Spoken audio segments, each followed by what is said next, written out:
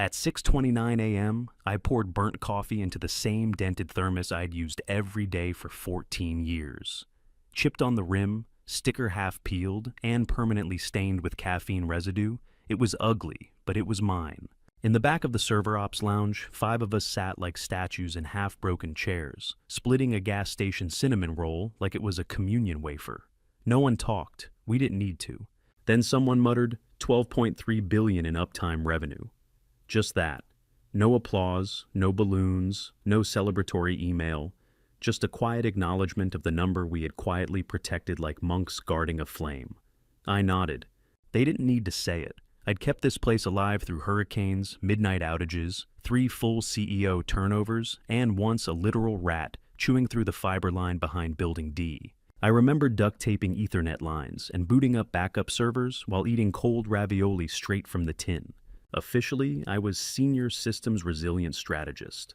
Unofficially, I was the guy who made sure customers never knew when the sky fell.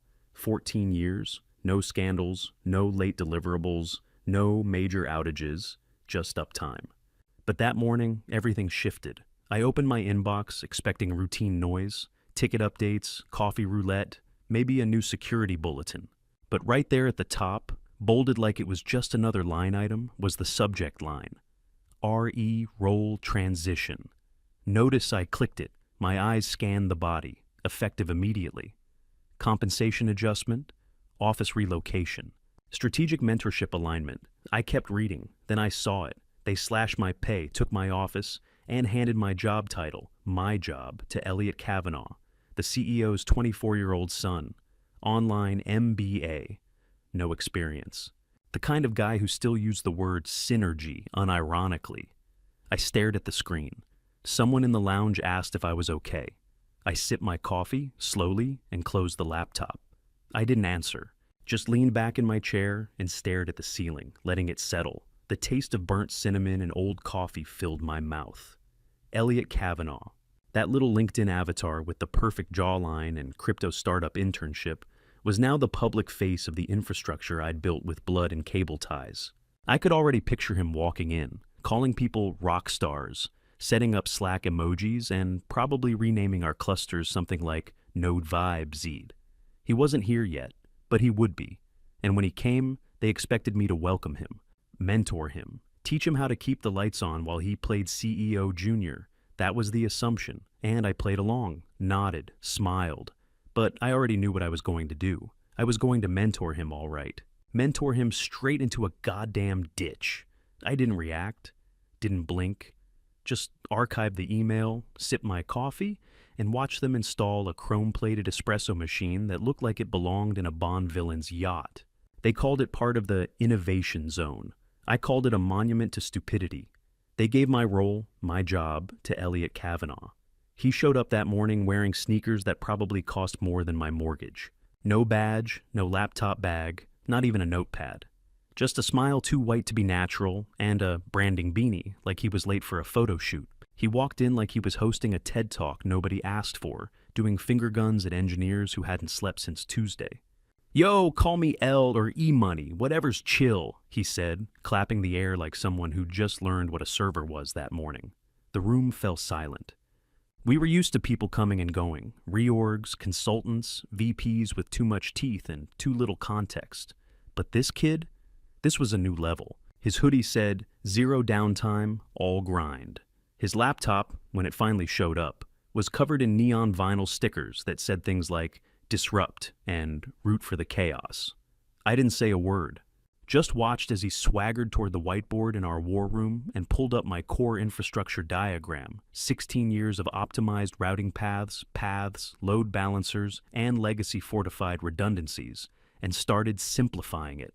He dragged sections around like a toddler using MS Paint, removed critical nodes, renamed failover sequences with emojis, turned our hardened, battle-tested map into a Canva slide titled "The Customer Journey, Let's Make Energy Go Viral, Comic Sans."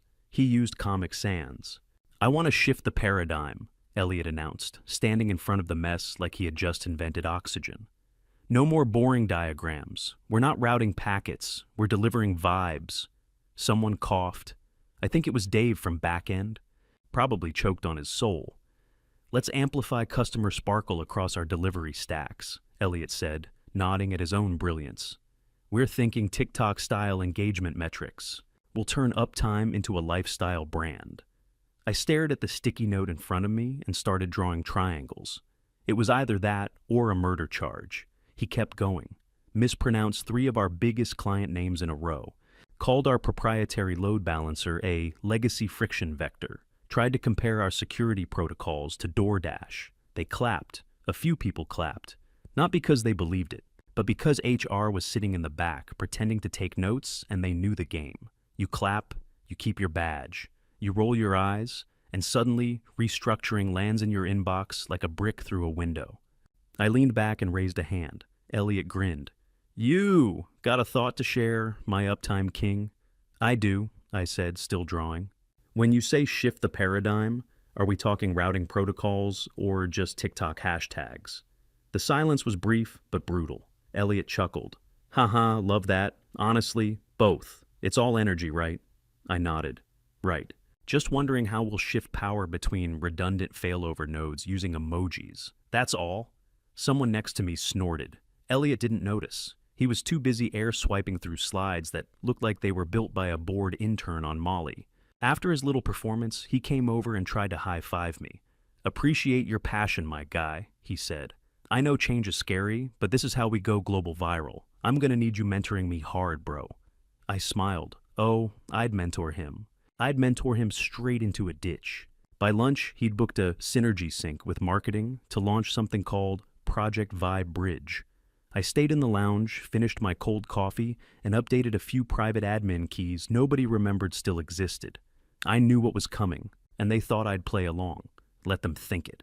It started like static in the walls, a seat left empty in the ops lounge, a badge deactivated with no warning, a desk cleared before noon, no goodbye emails, no Slack announcements, just silence. First it was Candace from SRE, then Ahmed from Security Engineering, then Kenny, my guy Kenny, who once hot-patched a zero-day vulnerability with a shell script he wrote on a bar napkin while sipping Miller Lite.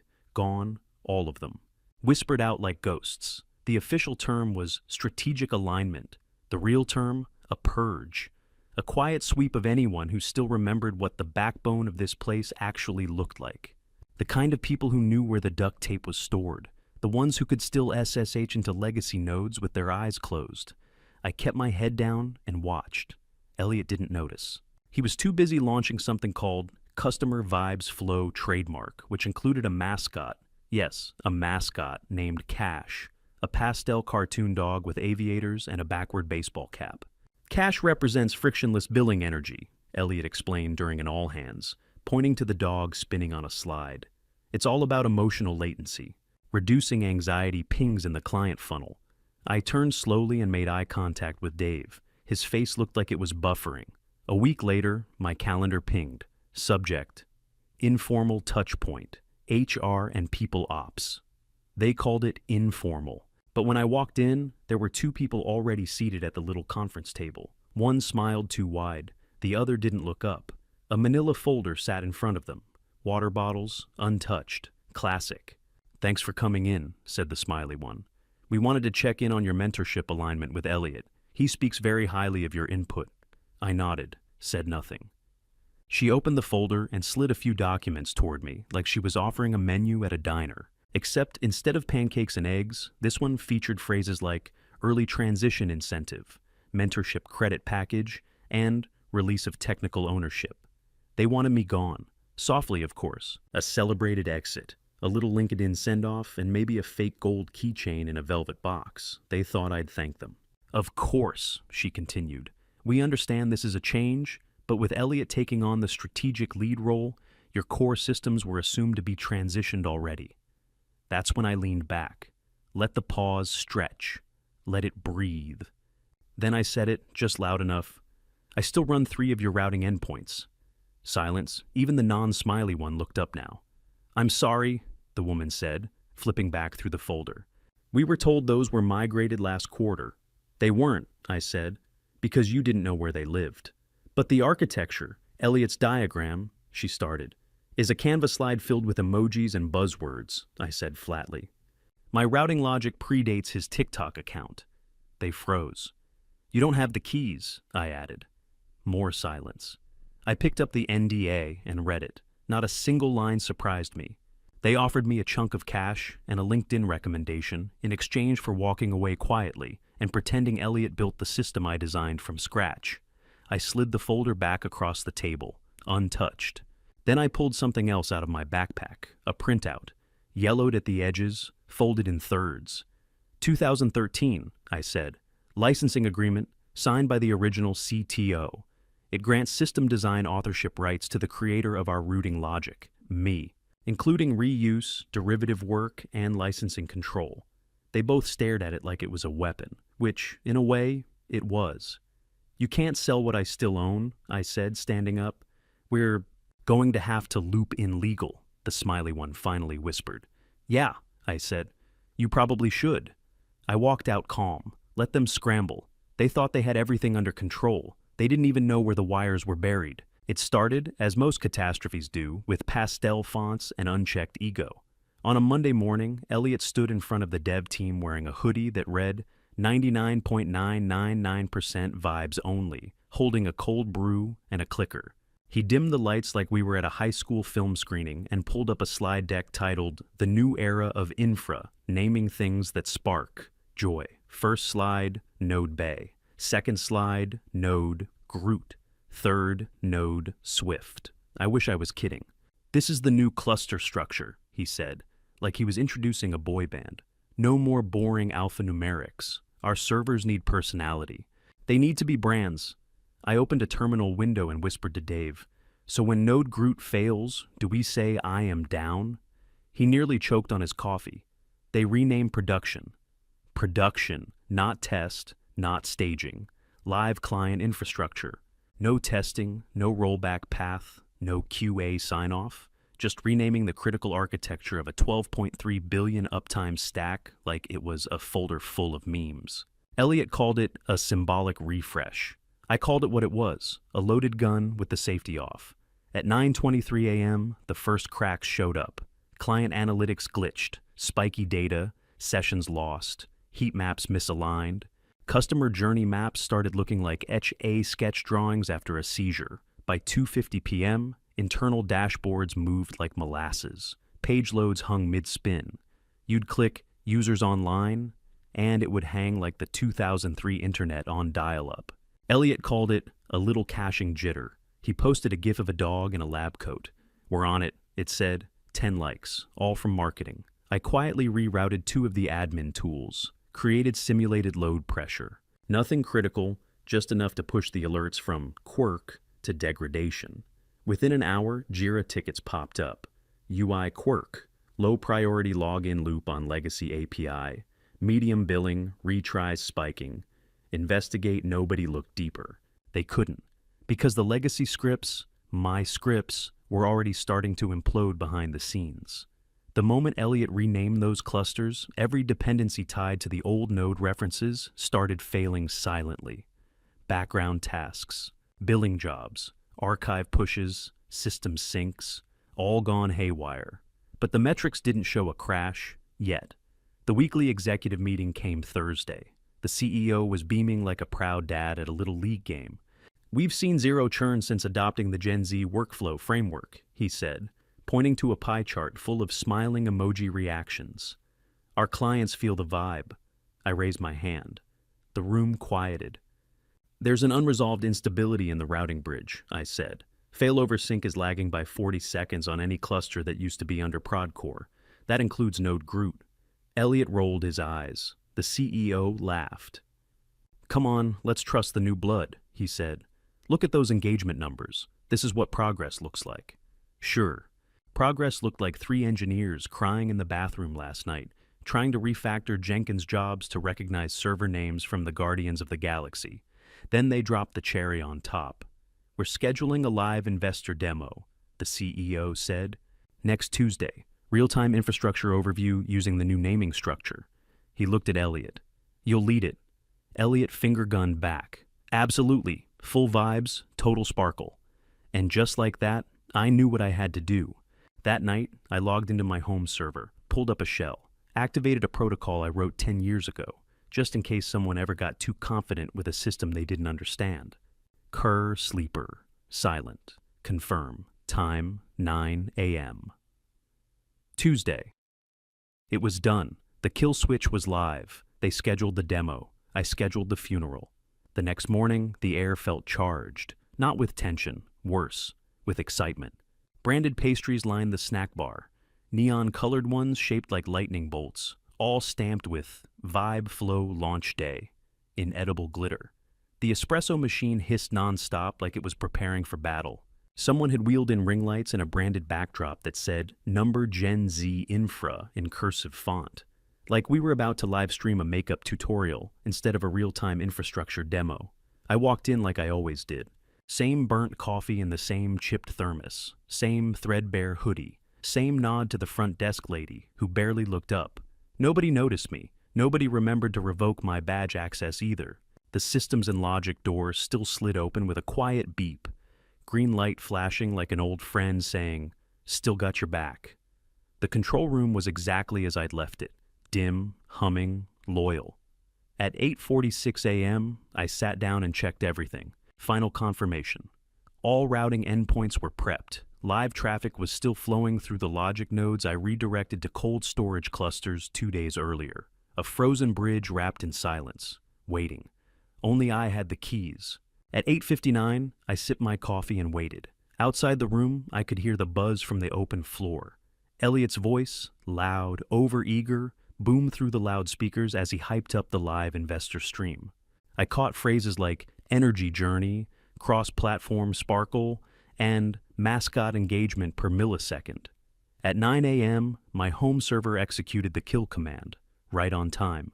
38 countries, 42 enterprise clients, hundreds of dashboards, thousands of API calls. All of them died in sync, silence. Like someone had cut the cord to the world's heartbeat. Monitors in the demo room flickered, then blacked out. Marketing screens showed frozen graphs mid-animation. Dashboards stopped updating. API endpoints hung indefinitely, waiting for responses that would never come. Then came the screams. Not dramatic ones, just urgent, panicked ones. Mouse clicks, furious typing, Slack threads lighting up like fireworks. Someone dropped a pastry. A junior engineer whispered, "I think we lost everything." From the live stream room, I heard the CEO's voice stumble. Just a minor latency spike, folks. Everything's under control." No one believed him. I walked out of the control room slowly, thermos in hand, blending into the chaos.